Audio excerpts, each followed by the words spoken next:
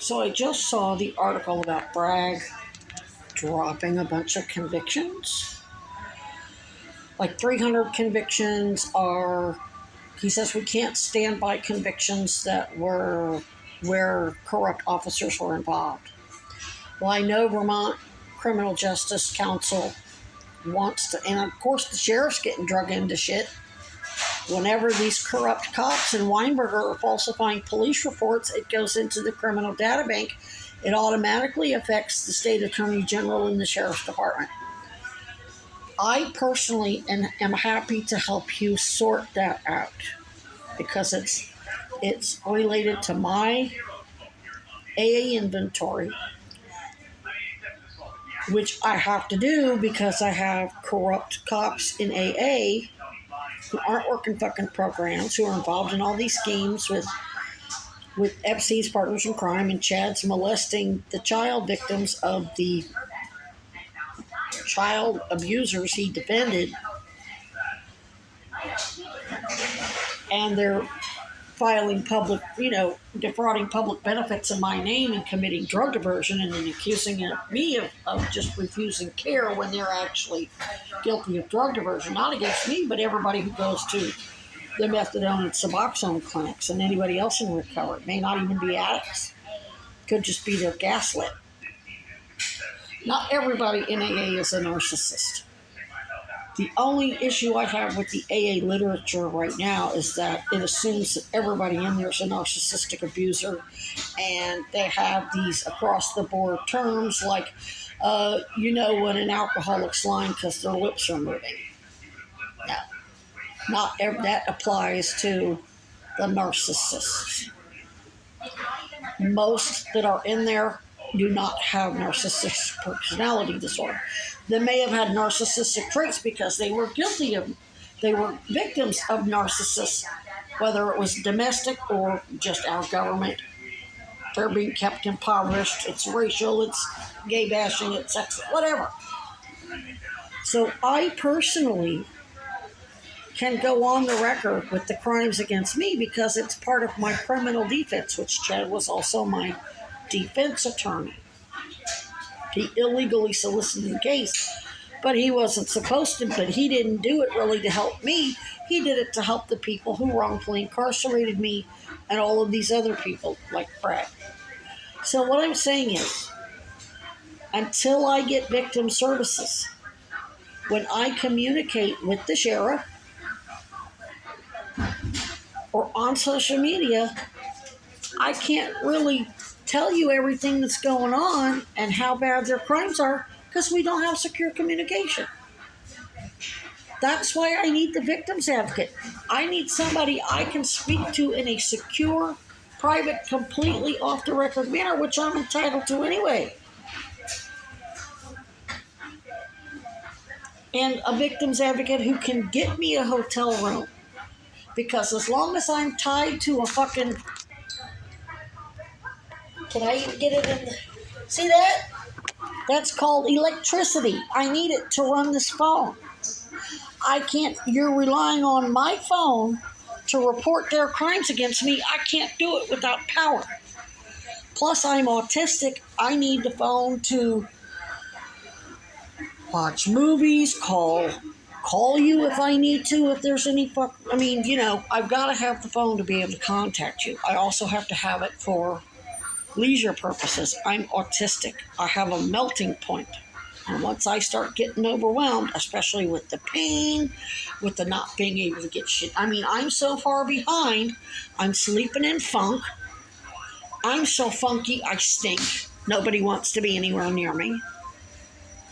I can wash up a little bit at the camp, but all my belongings are in that fucking tent, which is now sliced up, which means it's full of fucking spiders. So I've got too much going on without victim services to even be able to effectively help you. I've been trying to get back out to the sheriff's department for a year and a half to be able to have them try again for victim services and help you sort out who the corruption is. I ain't got time because I can't sleep at night because I'm not going to say under attack. I've taken on the responsibility of a nursery of raccoons suffering from rabies and roundworms and whatever. They're my babies. I got to take care of them. It's an all-night job, which means I can only sleep from roughly 6 a.m. to noon or 1 o'clock, and that really ain't enough when you have sleep apnea. So then I have to be back there. If I take the 8 o'clock bus and get back there, it's a good chance somebody's already sliced their way into my tent. So I finally invested enough money in food, which took 3 days to do.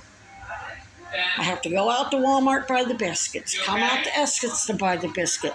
I have to buy the stuff, and I leave dog biscuits all around the woodlands so they're not busting into my tent, so I can be gone longer than just a couple of hours. But the point is, I only have from 2, 3 o'clock to 6 or 7 o'clock to get stuff done.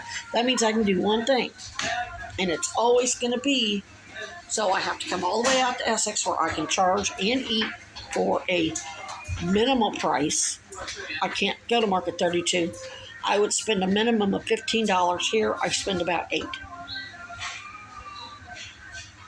Spent $36 at the grocery store last night. Most of that went to dog kibble. The lunch meat and cheese and other stuff that I got for sandwiches, it's going to be spoiled. I can't haul in. I can't. Everybody looks at me and thinks I look perfectly healthy. No, I don't tell you where all my pain is in and what issues I have. I can tell you my legs are severely swollen. They're discolored. They look bad. That means I'm in renal failure, and I stay that way. It was all I could do to get up and walk to the bus stop. There is no fucking way I'm going to call 911 when Kinnear's in my face, especially since I know the police sent him there so that he would call 911 on me so they can, because he's just got video recorded doing such stupid shit that they're willing to set up another vaudeville show and set up a false 911 call to try to distance, so that whenever they show up, why are you video recording him? Because he works for you. Oh no, he doesn't. You're crazy. And then they get Howard Center in there and like, I ain't letting those motherfuckers lock me up and kill me. They can kill me within 24 hours. Now, you want to get a victim's advocate and get somebody to get me wired for sound so I know that you're going to see what's really going on in real time. That's another story. So that I know that once they lock me up, they'll fucking get raided and I'll get the fuck out of there before they have a chance to withhold those two cardiac medications that if I miss one dose, I'm already about to die within 2 hours. The amlodipine and the atenolol is legitimate. I needed that. That was prescribed for the sinus tachycardia, which is caused by the autism. But the amlodipine was unnecessary. But withholding either one of those, it's, unless you've been through it, you don't know how bad it is. And I'm not going through that for anybody. Unless I know I have a wire and a hidden camera, and the ones that I do have belong to AA. I can't give them to you. Because that was all done to protect me and all the other AA members from their false criminal allegations that started 12 years ago. I can't speak for them. They can't speak for me. And I'm about to mace Kinnear. I've told you and told you and told you. I've reported it to police. He works for the police. Why am I going to call the police on a guy who sent him there? Well, he's a fucking co-op. How the fuck did he get on that Middlebury bus? When I was filming him the second time at the transit center where he went like this, and he did it close to his chest, and he got on the Middlebury bus, he wasn't going to Middlebury. What did he tell them to even justify getting on there? He probably had to tell him he was a cop or a detective, and he needed to get on there for some other reason than that he would just get off later. So they're doing enough stupid shit. You don't need me to call 911. I'm not going to do that. Just not going to.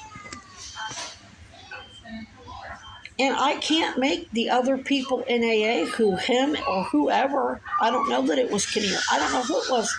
They didn't give a description because it was third party, but she's in AA too. So I can't tell you who it was that harassed the other people in AA and went up to them after I left and called and said that stay away from her, blah, blah, blah, blah, blah. But I can't even suggest to them to call the police or report it to you because it never should have happened because I should have big services and file an injunction against them. The goddamn file, writing up 13 pages of falsified medical records when I'm not even the fucking patient of safe harbor should be more than enough to justify an injunction. Fucking AA can absolutely. AA doesn't have to have any evidence to file an injunction. They already know what's going on. But I would share that evidence with certain people in AA that I know aren't their troll. In fact, I don't even think I have to show our evidence to the AA reps or the AA lawyers because it violates AA anonymity. And see, those people would know that. I'll be back here. Chad and his team know that because they're members of AA. So they know. Even if I sent you that evidence, it's not going to be admissible. Because it's all part and parcel to AA. We're trying to keep this in AA. Anytime it's drawn into a public controversy or whatever, Chad loses his license, it all has to be on him. We will not play any role in that. And these are very, very, very, such sophisticated concepts that I'm struggling to even get that across to you. But I'm not a lawyer. If I were a lawyer, I would understand exactly what terms to use. And I've contacted local ACLU, haven't heard from them. So I'm going to have to file a formal complaint with the ACLU against everybody who's not getting me sequestered. And then they're hoping that AA members go ahead and file a public complaint, either so you can figure out who the bad cops are. Shit, their fucking reports pretty much tell you everything you need to know. They threatened the fucking Sarah George was basically threatened and falsely accused of shit by the police unions. What more do you need?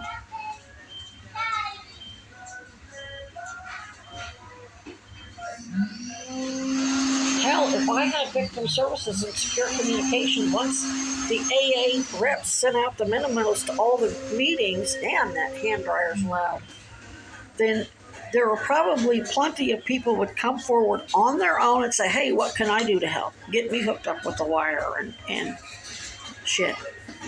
You'd have plenty of volunteers. You need to do it in a way that people come forward voluntarily. Don't dangle me out as bait and then hope that I'll convince them, because then that's coercion on my part. That's leading on my part. It looks like leading on your part. And now I'm finally seeing what they're seeing. Thanks to my AA people, I didn't figure this out. Otherwise, I wouldn't have been emailing you shit. Not much, anyway. I certainly wouldn't have let you know. I would have been a whole lot more vague. I wouldn't have... See, the fact that I emailed you and gave you too many details just got those people threatened and harmed even worse. But I know that in order to file an injunction, you've got to have proof that they're even doing what I'm claiming they're doing. So you've got that now. You've got overwhelming evidence now. Now I've got enough that I can get AA corporate involved. And I'm going to make sure every single AA member knows about it, so if they get slick. See, Dennis McMahon kept it just in that group, and he knew he had enough people in that group pitted against me that they wouldn't want him to contact AA corporate. I'm just going to go into every meeting, make a brief statement, and AA corporate's going to get overwhelmed with requests to get something done about this.